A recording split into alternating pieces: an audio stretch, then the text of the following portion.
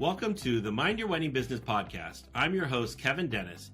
In addition to leading the charge at Wedding IQ, I also run Fantasy Sound Event Services, a lighting and entertainment company based in Livermore, California, that I founded over 30 years ago. Each week on this podcast, you'll hear thought-provoking and empowering interviews with wedding professionals who have found success in the industry. If you're a business-minded wedding pro who loves love, but also cares about their bottom line, buckle up and get ready to learn from a new industry expert each week. All right, folks, welcome to another episode of Mind Your Wedding Business. And today I'm here with Sandra Henderson. Hi, Sandra. How you doing today? Good, thanks. How are you? Good. And she's with Simply Sandra Yvonne. And today we're going to be talking about why your inquiry process is costing you clients and how to fix it. So I think a lot of people would like to know how to fix it part. Well, I think they also going to want to know what's broken as well. But Yeah, Sandra, absolutely. But heavy on the fixing part. all right, I love it. All Yeah. right. So Sandra, before we jump in, can you tell us a little about yourself and how we got you here today? Yeah, absolutely. So, like Kevin said, my name is Sandra. I am a photography systems strategist. And before this, I was actually a wedding and family photographer for 12 years when I retired.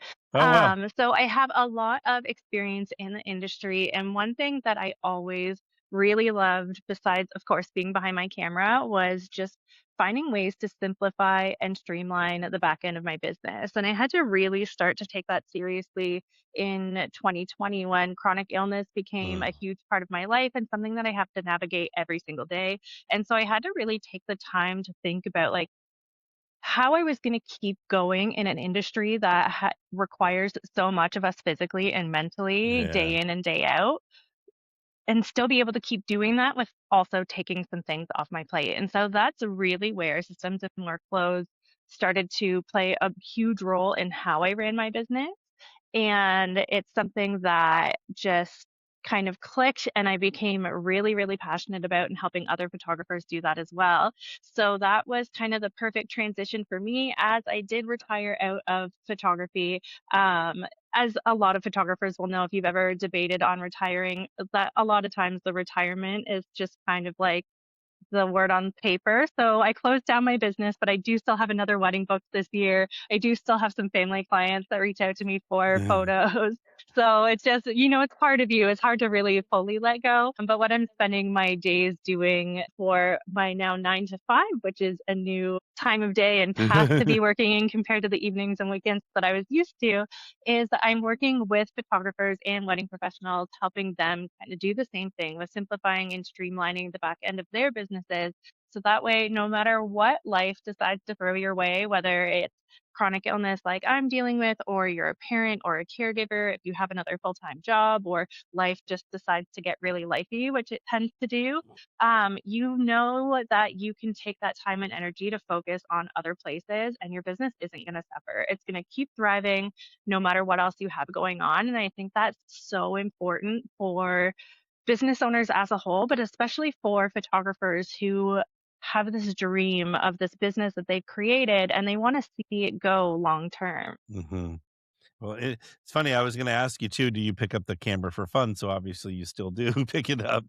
So Yeah, absolutely. It I'm was just more just a formal retirement, but yeah. I had people asking like, "Are you going to be selling your camera gear?" I'm like, "Oh, no, no, no." I'm still technically a Mhm. photographer. There you go. All right. So Sandra, so what really happens behind the scenes when wedding pros say they're getting inquiries but not bookings? Yeah, I think the biggest thing that happens is a lot of photographers, especially in the wedding industry, they really, really want to give that personal experience. And I think that that's going to be something that we're seeing even more as people are leaning more into AI and things like that, as the photographers who really want to give that personal hands-on experience. And so a lot of people do default to thinking that in order to do that, you have to do everything manually. So when you Mm, receive a wedding inquiry, you have to be the one that responds personally so that they know it's not a robot that's emailing them back. They know that it's a real human. You want to build that friendship connection with them. And I totally get that, totally respect all of that. But what I would love to see photographers kind of shift in their mind is that you can actually still give that experience while leaning into automations and workflows so that your clients are all getting that same consistent experience across the board. And you don't necessarily have to be tied to your computer and your inbox 24/7. Yeah, Um, and so, I think one thing that happens when you are responding to all of these inquiries manually is you might respond to one person at 10 a.m. on Monday morning. You're still shaking off the weekend. You're a little tired and groggy. So let's grade that response maybe like a 7 out of 10. But then you send a response on Wednesday afternoon and you're fired up. You are not a morning person. You get your energy in the middle of the day. So this response is everything that you want it to be and things are great. And then on Friday, you happen to be at your computer late, you send a reply to an inquiry around 11:30 at night, you get the wedding date wrong, you get the oh couple's name geez. wrong, you start missing all of these things because you're overworked, it's the end of the week, you're thinking about the wedding that you're about to go into. There are all these things that can factor into doing all of those responses manually. And so Mm, even if you are essentially delivering the same message with every single response, those clients aren't all getting, or potential clients aren't all getting the same experience. They're all getting different versions of you based on your energy levels, the time of day, what else you have going on. And so when you set up email templates that you've written and they sound like you, they're in your voice, you can deliver that information and still give everybody that consistent experience, no matter what time of day it is or how you happen to be feeling that day. So I think that that is one area that photographers, pretty much across the board, every photographer that I've worked with, this is where my biggest and like number one recommendation comes in for them is to mhm. take a look at what it means to be delivering that personal experience when they are replying to that inquiry. And if it has to be manual, or if it can be something that's automated with a personal experience added in after. No, that was very interesting. I was like trying to like go through and how we do it here, and I'm like, but you had lots of good scenarios. Yeah, everyone's like exhausted on Monday, but have the energy on Wednesday, and then I'm like, yeah, then really like, oh god, I got a lot of work, like really then focus on what's going on the weekend. So I can see how everyone gets a different experience. So, and I've never Mhm. ever thought about it that way. And I So have to admit that the quote unquote hypothetical situation of getting somebody's name wrong because it's 11:30 at night did actually happen to me on no. more than one occasion. And so I then had to like put a hard limit on myself that I no longer replied to emails after 8 o'clock at night, especially inquiries. And I stole a catchphrase from a friend of mine who's a wedding planner where she used to always say, my brain, like I turn into a pumpkin after 8 o'clock, kind of like Cinderella. Like Yeah. nothing good is going to happen. My brain is shutting down. I need to rest. And so that was another reason why I really had to kind of take a look at my own inquiry experience. And that's when I started implementing things like autoresponders and templates and things like that. I know, and sometimes I like I'm guilty of this myself where I'm like, I'm gonna get a few things done tonight after the kids go to bed, and I open my laptop and I'm absolutely get nothing done because I'm like you said, I'm in brain mush mode. So I've learned I don't do that anymore. So it's not a good way to run it. So Right. And I anyway, think it's so important for business owners and photographers to kind of find the time that works best for them. I went through a huge period when I was first starting my business where I felt like if I was awake, I had to be working. And it was like yeah, just this weird mentality that I had. And I did get to the point like you were just saying, and like with my brain turning into a pumpkin, where I had to recognize that the work that I was doing, even if I was getting anything done, it was not of any quality. And I no, more often had to go back and fix it the next day, or you know, apologize for calling someone the wrong name or whatever the case may be. And so I talked to a lot of business owners about not trying to force yourself to work in a time that you are just told that that's when everybody works. Like, you hear a lot of photographers talking about how they work late at night and they're always up late into the middle of the night, where I eventually learned that I did my best work first thing in the morning. And fortunately, my body decided I was going to be a morning person. It wasn't by choice. yeah. But sometimes your body's just like, you're going to start getting up at 6 a.m. now. And so I just kind of took advantage of that and got my editing done then. and I just clocked out in the evening. And so I think it takes a little bit of kind of like self-reflection and just kind of recognizing when you do your best work and giving yourself permission to lean into that instead of trying to force yourself into some sort of structure that just isn't going to work for you. Yeah, that's a good point. So, all right, Sandra. So, at what point in the inquiry process do you see like most businesses, start losing potential clients? I honestly think it's right away, right when that Oh, contact wow. form is filled in and that response, or sorry, you receive that information from your contact form or you receive an email from a client. I am going to go with the contact form example for this because it leads into the next one. But the reason why I say that is because there have been studies. Now, the most recent study I saw was 2023 or 2024, so it is a little bit outdated right now, but Visa and HoneyBook partnered to do a study. And at the time, the results showed that 81% of people were most likely to hire somebody that was the first person to respond to them. And Mm, so in the photography world, that has nothing to do with your portfolio. It has nothing to do with how much you charge. It has nothing to do with what your branding looks like or how popular you are on Instagram. It literally comes down to being the first person to reply. And so for all of those people that are sending those replies manually, it almost is kind of like validation for them that they have to keep doing it this way because they have to be that first person to land in the inbox. But what really starts to happen in that scenario is you end up feeling like you have to be available 24/7, 365 for every single person that inquires with you. I've been with friends who've pulled over while driving so that they could respond to an email oh my because they gosh. saw an inquiry come in, and just having this sense of urgency and this like sense of scarcity that if they don't reply right away, they're going to lose the booking. And Hmm. that's fair when you see a number like 81% of people are going to book the first person that replies. And so that's where autoresponders come in. And autoresponders, anybody who I'm almost 40 now, anybody who's my age, we saw the golden age of autoresponders where they were super stiff and corporate and nobody liked getting them. It was just Hmm. an annoyance in your inbox. But when you're using a CRM, especially one like Honeybook or Dubsado, and you can build out really on brand documents that you can send out to your clients, you can use that autoresponder as a way to begin the client journey or continue the client journey because it actually started when they landed on your website. Mm, And not only give them the information that they're looking for, but start setting the groundwork for what your boundaries are, how you work, and things like that. The autoresponder kind of workflow that I usually recommend is as soon as that contact form is filled out, have an autoresponder go out right away that actually includes your pricing guide. And I recommend doing this because anybody who's filled out your contact form, they have already looked through your website. They already know that you at least have a starting at price that is going to work for them if you have that on your website. If you don't, they know that they like your portfolio. Like there's something that has brought them to the point of filling out your contact form.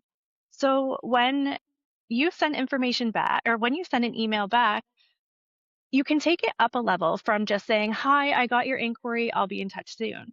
Attach your pricing guide, and that's giving them the information that you know they're looking for. They're inquiring because they want to know how much it's going to cost for them to hire you. Inside that pricing guide, you can also include frequently asked questions and start giving them answers to questions before they've even asked. And that really makes such a huge difference in the client experience and is mm, going to set you apart from other people that are replying manually or that have just a generic autoresponder set up. And that way you can also keep it on brand. You can include additional information. So with my autoresponder and pricing guide, there was also links in there that somebody could book a consultation if they wanted to. I had my oh, consultations available for in person, online, or over the phone. I like to give lots of options and flexibility there. I'd say about 98% of people by the time in the last 2 to 3 years of my business all went with virtual calls. They all wanted to do it online. But I did offer the in-person option because there's a coffee shop right around the corner from my house, so that made it nice and easy. Um, but giving them the ability to do that, they can walk themselves through your pricing, they can find out how you work, get information about you, get answers to questions that they're going to be asking in the future, or maybe they see a question and they're like, "Oh, I didn't even think about that." really just sets you apart and sets the tone in a really good way for them. And then they get to the end, and there is a link for them to book a consultation with you. And it could be 2 o'clock in the morning that they are looking at this because they work a midnight shift or they're a student, whatever the case may be. And that's why I really love online booking calendars, is because you can set them up so it's your availability. They can't just book anytime, any day. It's still, structured. So this is when I'm available, but they have the ability to then take a look at that calendar whenever is good for them. Yeah. And another example I love to give about this is I was actually one time looking to book a new hairstylist, and it was 11:30 on a Sunday night, and I was looking at all kinds of websites online, and I actually ended up booking the stylist I did because she offered online booking. It was Mm. 11:30 on a Sunday night. I couldn't call, I couldn't get a hold of anybody else, and every other salon I was looking at, I was going to have to wait until Monday morning until they opened to call and book an appointment. The fact that this one stylist who I really liked her work had the ability to book online was what sold me. So giving your clients all these kinds of options to be able to still interact with you within your boundaries and when your availability is, but do it on their time almost shows them like a level of respect in a way, because you're respecting their time and that they have other things going on and they might not necessarily be available every second that you are also available. So I think that setting up that kind of flexibility is really important and goes a really long way. Want to get your work published and position yourself as a leader in the wedding industry? My sister, Megan Ely, with OFD Consulting, offers PR support created specifically for wedding professionals. Through OFD Collective, you'll get access to PR leads, expert guidance, and the tools you need to get your work in front of the right people. Because you already have the expertise, now it's time to get the recognition. Go to ofdconsulting.com for more information.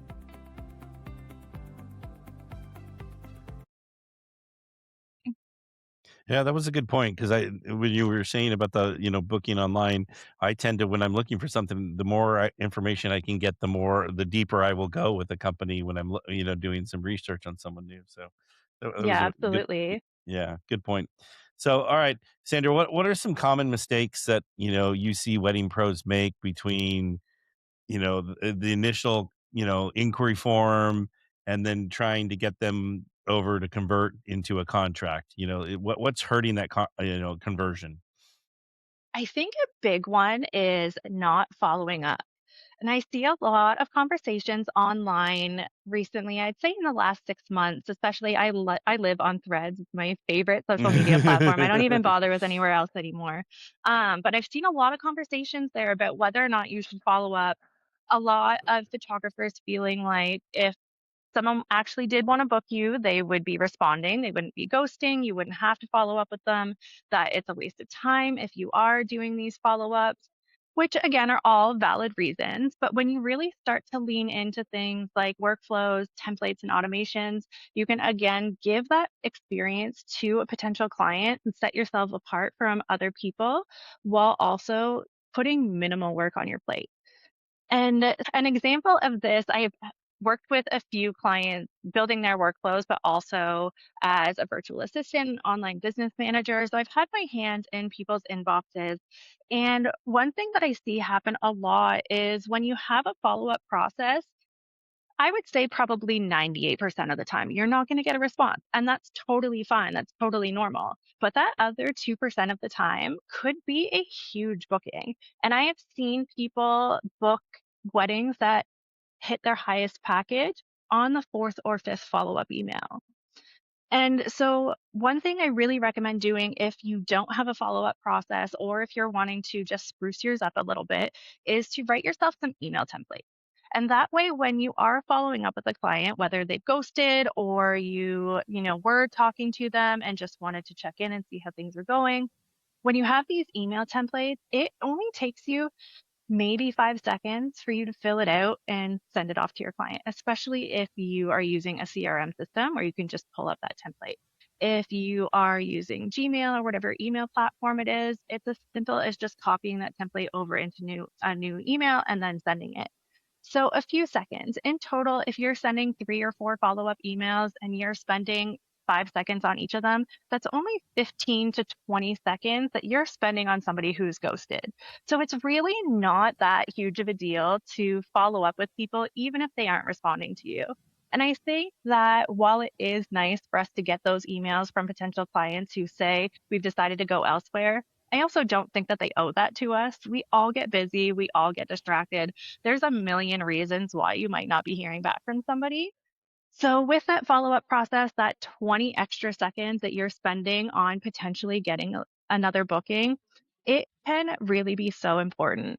Especially like there are so many people, especially adults my age, who are finding out later in life that they are neurodivergent, getting diagnosed with ADHD and things like that, having kids and mom brain and all the things. It is so easy for things to slip people's mind. And Yeah. I can't tell you, even myself, like when I get a follow up from somebody that I've completely forgotten about, I'm like, oh my gosh, thank you so much for following up. Or like it probably would have been another month before you heard from me. So things like that really can go a long way. And while I do get that it can be frustrating, especially if you've been ghosted a whole bunch or your calendar isn't where you want it to be or anything like that, there is definitely still value in that follow-up process. So I definitely recommend photographers at least get one or two follow-ups set up. I was so lots of follow-up questions there. So one, don't I took from that is like don't take it personal if they're ghosting you. Yes, Like don't. absolutely. Yeah, yeah, you can't get that because you don't know where they are. Like you said, what's going on in their life. But is there a magic number for follow-ups? Like when do you give up? So personally, I give up after three follow-ups. As far as a magic number, you're going to find that opinion varies depending on who you're talking to. I've seen people recommend following up as many as 12 to 15 times, which personally I think is insane. And like, if you ever follow up with me 15 times, I'm probably going to block you. And so I personally go with three. So the initial contact form gets filled out, and then they'll receive my autoresponder right away. And that includes my pricing guide that has tons of extra information and a booking link. And then or whether or not I hear back from them, I send a personal email, usually like 1 to 2 business days. And that lets them know, like, hey, a real person did actually receive your email. You got the autoresponder, and I let them know in that autoresponder, like, I'll be in touch myself within 1 to 2 business days. Like, I'm not trying to fool them that it was me that was responding within a couple seconds. Make Yeah, it very clear to them this is an autoresponder, but it's still very conversational. Lets them know, thanks for reaching out. Here's my business hours. Like, lets them know when they're going to hear back from me so that they don't just fill out the contact form and then are just sitting left in limbo wondering when and if they'll hear back. So that autoresponder goes out right away, lets them know when they're going to hear back from me. I send that personal email within 1 to 2 business days, and that reiterates if I'm available for their wedding date, reattaches my pricing guide in case they didn't look at it the first time, and asks them if they have any questions.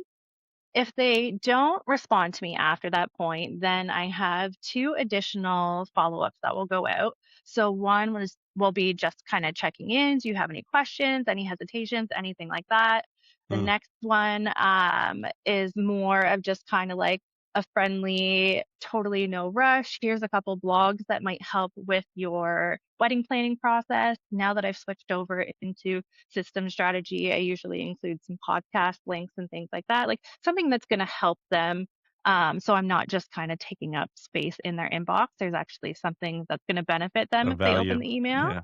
And then if I still don't hear back, the last email is something called the magic email. I didn't make this up, but if you just Google the magic email, you will find it. And the idea behind this is to just send one final email that lets somebody know, I haven't heard back from you. I assume you've gone in a different direction or your plans have changed. If you do want to reach out again anytime, by all means. But for now, I will just close your file and I wish you all the best. Yeah. And I have actually booked multiple family clients after sending that email. And so it seems a little final. And I remember the first times I started using it that I kind of felt a little weird about it. It felt a little like blunt or brash for my brand. So I did end up like sprucing up the concept a little bit so it sounded a little bit more like me. But I booked multiple sessions, family sessions after sending that email. And I've had clients who have booked weddings after sending that email. So there's definitely some value in it for sure. And even if I have, 20 people that I had to spend 20 seconds emailing for them not to reply, and then I have one person that I spend that 20 seconds and then they have a $6,000 booking, well, then those 20 seconds really, like, they're worth it. So 100%. Yeah, that's where I think people miss the boat. And I like we started doing some kind of humorous email at the end, just to, like just to kind of wrap it up.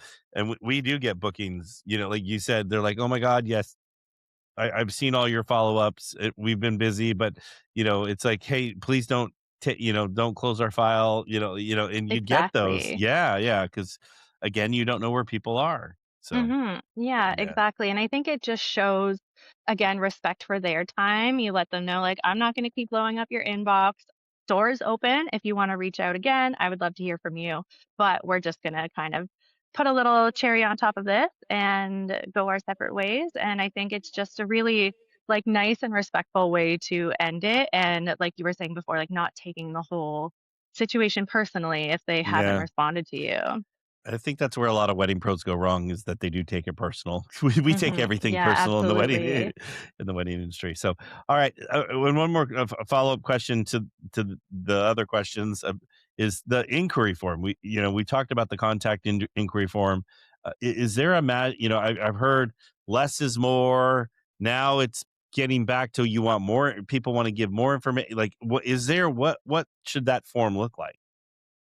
I think there's definitely a happy medium. Now, I have heard that there are studies that have shown that 9 questions in a survey is like a magic number. Now, I don't know exactly if that translates over to contact forms, but it's something that's just kind of always stuck with me since I heard it. Hmm. There's apparently like a lot of studies in psychology and science has gone into that number. And so I kind of like sort of use that as my guiding line a little bit, even with my contact form. I think it's really important to ask a broad selection of questions while also not giving the potential client a whole 2-hour form that they have to fill out to be able to reach out to you. So for weddings, of course, we want to be asking the wedding date. That's super important. I also like to ask for the location or venue, especially if you are someone who travels. That's really important to get that information up front. I did go through a small period where I didn't have that on my form, and it's a frustrating part of the process for everybody, but especially the client when you go through days of conversation and then all of a sudden you find out that the wedding is 4 or 5 hours away from you and it changes everything about your pricing structure and things like that. So Yeah. definitely wanting to make sure you get that information up front. It will also give you an idea of what their style is and what kind of things they're looking for. I'd like to also ask what their budget is. If you are a photographer, ask what their, or, florist or whatever vendor you may be, ask what budget they have for that specific service, if any. If you're a planner, you need to have an idea of what their overall budget is for their wedding. Yeah. And for photographers, I think it's also important to, or anybody who's, doing a little bit more of the creative work, asking if they have a style in mind that they're looking for. One thing that I had to really get comfortable with as a photographer is learning to tell people when they weren't the right fit and not the other way around. Mm. Especially now we see so many polar opposites of a lot of people who do light and airy and a lot of people who do really dark and moody. And so you want to make sure that the person who you are having that conversation with isn't looking for a style that's totally different from yours. Because unfortunately, while we do assume that most people have looked at your website and your portfolio before contacting you, not everybody does. There's always going to be the exceptions to every rule.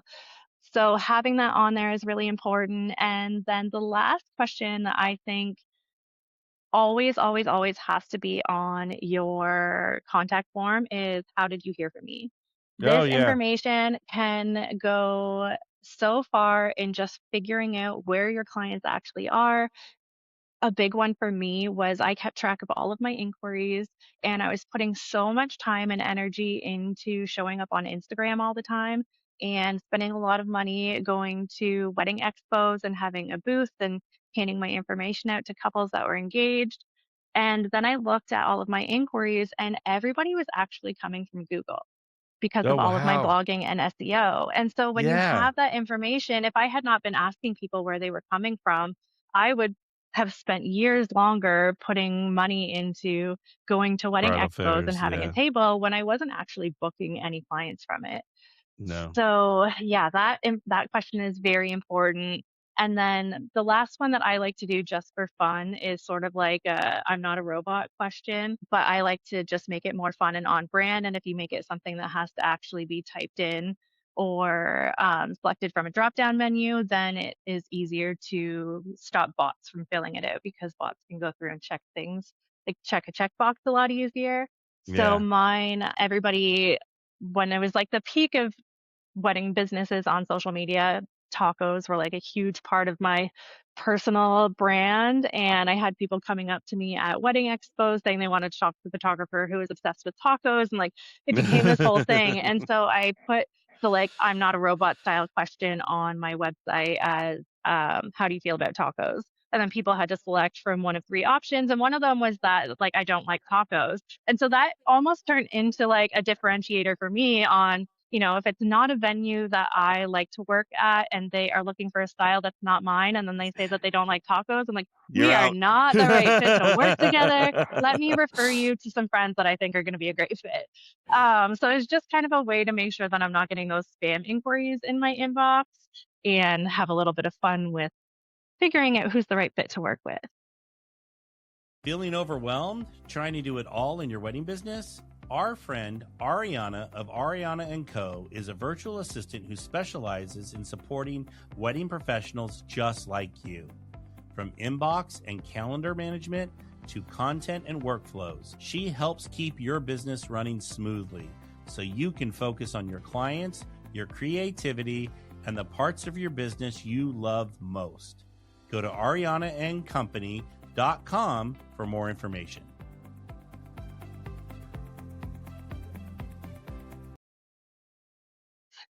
And who does not like tacos? Right? Oh, it I actually came up a lot more than I expected. really? Oh my gosh. Yeah. Oh, I love tacos. All right. All right. So you talked a lot about like, automation and, like what kind of tools or systems do you recommend to streamline this process without like I would say like maybe overcomplicating it, like what way to make it as easy as possible? Yeah, I think looking at different CRM systems is the way to make it super, super simple. There's lots of different options out there. I've been using HoneyBook since they came available in Canada, which I think is probably close to 10 years now. Mm, Before that, I was using 17 Hats. Dubsado is also a really great option, and Pixie Set as well for photographers listening. They all have their own pros and cons, their own really great features. And so it kind of just depends on what your needs are, but also how your brain works. And I think that that's a big one that people kind of don't spend as much time as they should considering. They just hear this really popular recommendation. It's what all their friends are using, or it's really popular in their side of the industry. And so they jump on board and they try to make it work, but it just feels like it's more just adding more to their plate. I think it's a mhm. really good sign that that's not the right CRM system for you, and you might want to try out something else. So if you've never used one before, maybe check out the platforms that have trials that you can use or talk to people that are using different platforms to see what is going to be the right fit. Because yeah, there's some that even being obsessed with systems and workflows like I am, there are times that I look at a CRM and I'm like, nope. And I do like a quick turn out of there because it is way too complicated and overwhelming. So yeah, just finding the one that works best for you. But like I said, I've been using HoneyBook for 10 years. They have everything that I need in terms of automations that I can connect to my contact form and sending out branded documents and things like that. But I know PixieSet, Dubsado, 17 Hats, they all have similar options and are Mhm. really great tools to have in your business too. Yeah. Well, it's kind of interesting when you said, how your brain works and all the different things. And I always refer to software, this is the best of the worst. I wish, yeah, I think everyone wishes they could pull a little bit of something from this one and a little bit of something from that one Yeah. and create their own, but that's just unfortunately not how things work. So, It Yeah, would be. absolutely. You just have to Yeah. be understanding that everything's going to come with a learning curve. Nothing is going to just, as soon as you log in, you're going to know how to do it all unless you've used those kinds of systems for a while. All right, Sandra. So, is there like a way that someone can identify that their current workflow is breaking down? Through the process. Is there like any like flashing lights or any kind of indicator that shows that? Yeah, for anybody that has a fully manual inquiry response system right now, anywhere that you are finding that you are dreading responding to the email is a really Oh, good sign that you should set up a template there. And so that way you just have to write it once and you can just send it off, a couple minor tweaks, and that's it.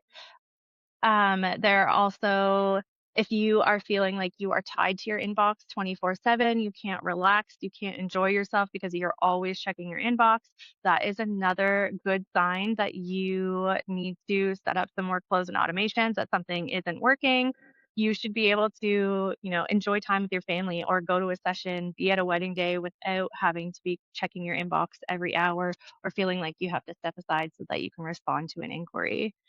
And then after that, um, I think the follow-up process, just kind of take a look and see what that looks like for you. If you've done it before, see where you're getting responses from and where you aren't, and really consider if you are carrying on the conversation long enough. Consider like taking into consideration that people are getting busy and have lots going on, especially if they're planning a wedding. Anybody who's planned a wedding can tell you it is a whole other full-time job on top of your full-time job that you probably already have and all the things. So yeah, just take into consideration everybody's walk of life, that not everybody is available to be responding to your email as quickly as you responded to theirs. And making those shifts will definitely like shift what your inquiry experience looks like in getting people into the booking space. so for someone that feels like completely overwhelmed by like systems or tech, or like afraid to get started with this, like is there like can they start small and go big, or do they have to completely jump in to the water, so to speak, or can we, or is it best to hire someone like you and just like let someone else do it, or where do we start? I guess is the biggest question I'm asking. Yeah, well, hiring someone like me to do your workflows is always an option. But for anybody that isn't in a space where they're able to outsource that, I definitely recommend starting small. And the first thing that you want to do is actually not even inside your CRM. It's starting with simple pen and paper or an open blank note on your computer, and think about what you want your client experience to look like. And you kind of have to mentally envision what it looks like from the time that somebody lands on your website until the time that you send them that proposal or booking form to get them officially on your calendar. Hmm. And walk through what the ideal scenario is from start to finish. And that's really going to give you a sense of where you want to show up for your client, ways that you can improve the experience that you're already delivering. And then you can kind of take a look at it overall, figuring out what timing makes sense for you and figuring out if you have any email templates that already exist. So if you have an email that you find yourself sending to every single person that inquires with you can copy that over and just make some tweaks and turn that into a template. So you don't necessarily have to write everything from scratch. So yeah, after you have taken the time to write everything out and envision what that workflow is going to look like, take a look at your inbox and client communications, see what kind of templates you already have living there. And then once you have all of that, that's kind of your foundation for your workflow. Then you can move over into your CRM system and start building it out there. And in terms of starting small, I think starting with an autoresponder is the perfect way to really get a feel for how automations can work. Mm. And it's pretty low stakes because if you have it set up and it's not set up properly and it doesn't send out, they have no idea. They are just getting the same response or same experience that everybody prior to that autoresponder has gotten because you responded manually. That's a So good point. there's not a lot of risk involved in having that email get sent out automatically, that if it doesn't get sent out, nobody will know. And we'll get you familiar with what kind of settings are available in your system to get that email sent out and things like that. And then from there, if you want to kind of take it one step further, you can set up an automation or a workflow for your follow up emails. And the difference with the autoresponder and your follow up emails is what's called an automated workflow versus a semi automated workflow. Mm. So, your automated workflow is that autoresponder. It's going to send out automatically. You don't have to be at your computer. As soon as somebody hits submit on your contact form, that email goes out to them. But with the follow up emails, when you set up a semi automated workflow inside your CRM system, what it's going to do is pull up those email templates for you and send you a notification to let you know it's time to send it. And I think that's really important when you're following up with someone because you don't want a follow up email to go out to somebody automatically if you're in the middle of having a conversation with them. Mm. It'll be really awkward and ruin the client experience. So this way, you're again still kind of leaning into that 3 to 5 seconds to send this email to somebody, but you're getting notified that it needs to get sent out. You can add in a personalized sentence if you want to and send it off super, super quickly without having to take too much time off your plate. So those are the two like really small ways that I recommend getting started with workflows, kind of a way to just dip your toe in the water, test out how it feels, and then you can start building out from there and get into your full huge client experience. And I guess dive in all the way in on that. So, all right, how far away do you think we are for AI taking over this whole process? And I don't know why that just came to me, but I was just like, the whole time you're going through it, I'm like, how far away are we? You think where you're going to set up an AI chat bot and they're going to do all the work for us? Yeah, I will say I do love AI. I use it a lot in my business. I see huge potential for it being used properly, but I feel like we are huge amounts of time away from it ever fully taking over. There are absolutely ways that it can improve the experience, but one thing that I'm seeing come up a lot is because we are all adapting AI in so many different ways that especially in the wedding industry, there's a pull or push for more human-centered Mm, interaction. So it's been kind of interesting to see how clients are responding as opposed to how business owners are adapting. And so because of that, s- being able to automate and use AI for certain aspects to make your job more efficient and maybe give you pieces of your life back so that you're not living, sleeping, breathing your work and nothing else. Definitely huge windows of opportunity in the wedding industry and photography industry for that. But as far as having it fully take over the whole experience, I think that in the wedding industry, that's something that we're really going to want to stay away from. yeah. Um, Even using AI to edit weddings where it was doing my culling for me, but then I went through and I made sure that it can't differentiate one smile from another. It's picking what it like has been taught Yeah. is a good smile, but I still want to go through because I'm seeing a sparkle in someone's eye and things like that. But what it's Hmm. doing is it's taking my 4,000 photos down to 800 photos for me to go through. Mm, And when I'm running my photos through the AI editing software, it's just doing my base edits for me. I still have to go through and I have to make sure that all of it looks exactly how I want it to, put my finishing touches on it, and that is what differentiates my work from other people's work. And mm, so, because of things like that, and then of course, anybody who's used AI to try and remove something from a photo and then mhm. ends up putting something totally different there. Like, I tried to take my assistant out of like a white curtain that was hanging in the background, and Yeah. it replaced it with somebody's leg peeking out from the curtain. So, like, when things like that are happening, we do not have to worry anytime soon about AI completely taking over. I think if we embrace it for the tool it is and find ways to help us do our job better, then that is Quicker. where Yeah. the time and energy is worth. Yeah. Good point. I was just very curious because I'm like, you never know.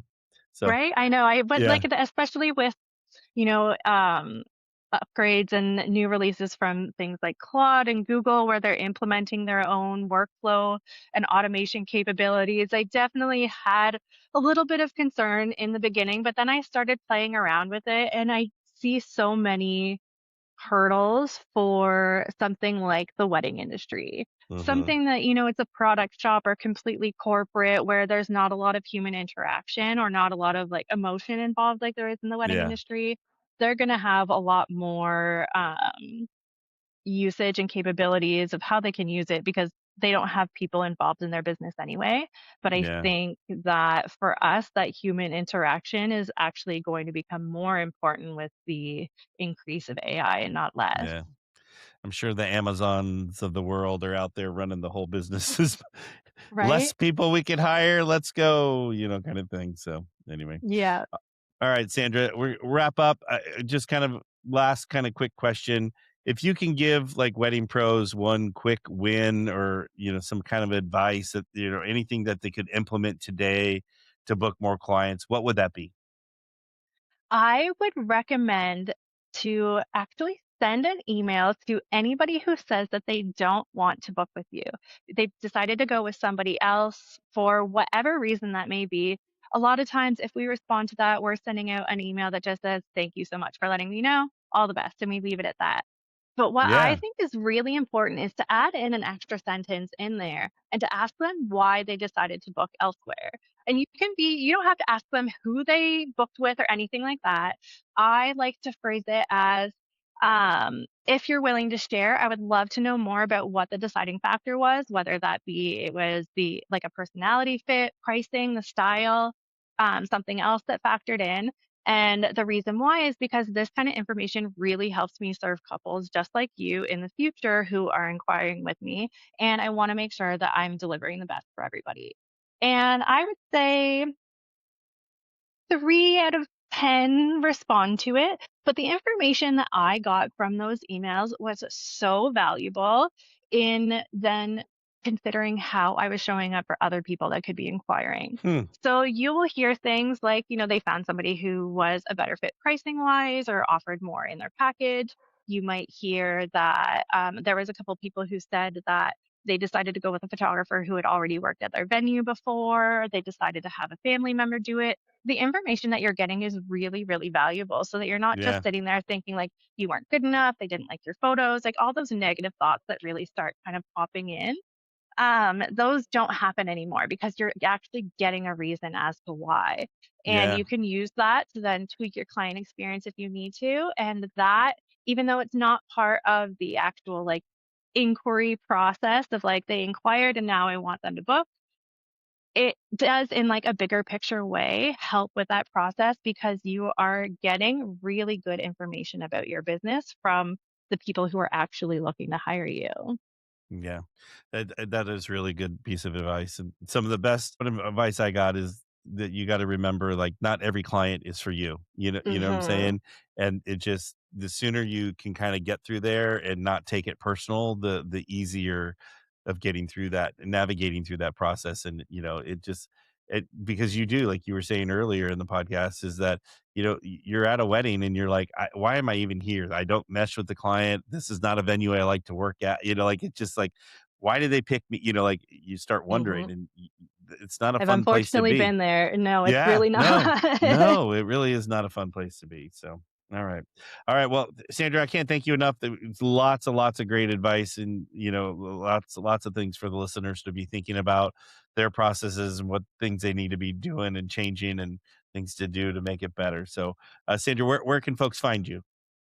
Yeah, you can find me on my website, simplysandrayvonne.ca, not .com. I am over here in Canada. And then you can also, I am on Instagram at Simply Sandra Yvonne, as in I have an account and I'm in my stories, but my main social media platform is Threads at Simply Sandra Yvonne over there too. That's where I just love to talk about all things. I mean, some business things, but all non-business things too. Like that's where if you want to come out or come over, hang out, Mhm. socialize, talk about Bravo and all the things, that's a great place for it. And then have some photography conversations in there too. Well, and there's a lot of us in the US that wish we were up in Canada with you right now, for lots of other reasons. But Yeah, for we will sure. have all of Sandra's information in the show notes, as well as the email blast that goes out. So don't forget, if you've not signed up for the email blast, to be sure to do so. That's where you get all the great information, and as well as don't forget to hit that subscribe and like button on all the different platforms out there. So Sandra, I can't thank you enough. Thanks so much, Kevin. All right, folks, we'll see you next time on another episode of Mind Your Wedding Business. Thank you so much for tuning into another episode of Mind Your Wedding Business, brought to you by Wedding IQ. If you've got a topic you'd love to hear us cover, or if there's an area of your business you're struggling with, let us know and we'd be happy to help. Don't forget to check out our other episodes on Apple, Spotify, YouTube, or wherever you get your podcasts. And if you're a fan, we'd really appreciate it if you would subscribe and left a review. It helps more wedding pros find us and learn more from our guests too. Thanks again for listening to Mind Your Wedding Business. We'll catch you next time.